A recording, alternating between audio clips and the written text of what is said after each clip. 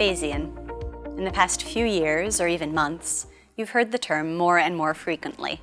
Like big data, Bayesian is an ill-defined but ubiquitous buzzword. What does it mean, and how could it apply to the challenges you face? Suppose you wanted to estimate the impact of an education intervention in each of 8 states. Using traditional methods, you would calculate the effect separately in each state. In less populous states like Maine, Vermont, and Rhode Island, you would have less data, so your estimate would be less precise. The error would be larger.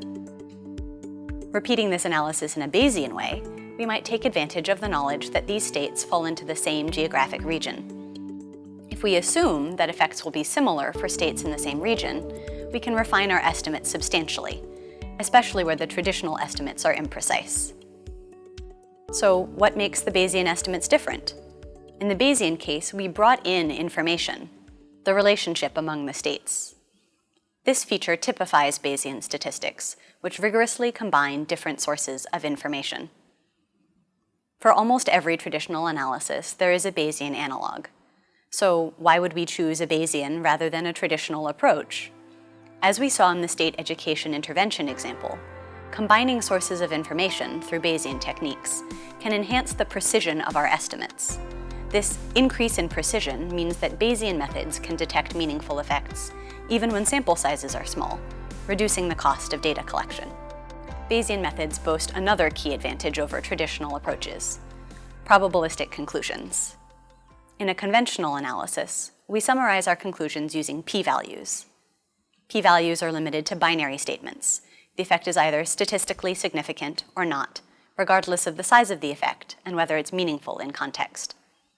Describing conclusions probabilistically affords more flexibility and granularity. With a Bayesian approach, we can make statements such as, there's a 73% chance that the intervention improved the outcome by 15% or more. Where the traditional approach affords only binary inference, statistically significant or not, the Bayesian approach allows us to describe the entire spectrum. The ability to draw conclusions in probabilistic terms provides a clear advantage in public policy, offering researchers and policymakers greater opportunity to apply subject matter expertise in determining whether effects are meaningful in context. Of course, these advantages come at a cost. Although introducing external information in the Bayesian paradigm can substantially strengthen our results, it can also undermine them if the external information is unreliable. Bayesian methods can also be challenging to implement because they are computationally intensive. But these obstacles are far from insurmountable. Bayesian statisticians have developed comprehensive guidelines and sensitivity checks to ensure that the data, not their assumptions, drive the results. And from a practical standpoint, recent advances in computation have made Bayesian analysis faster and less computationally draining than ever before. Sound policy rests on a precise and detailed understanding of complex, varying contexts. By rigorously combining sources of information, carefully implemented Bayesian methods increase precision and inferential flexibility to capture these complexities more fully and accurately than a traditional approach.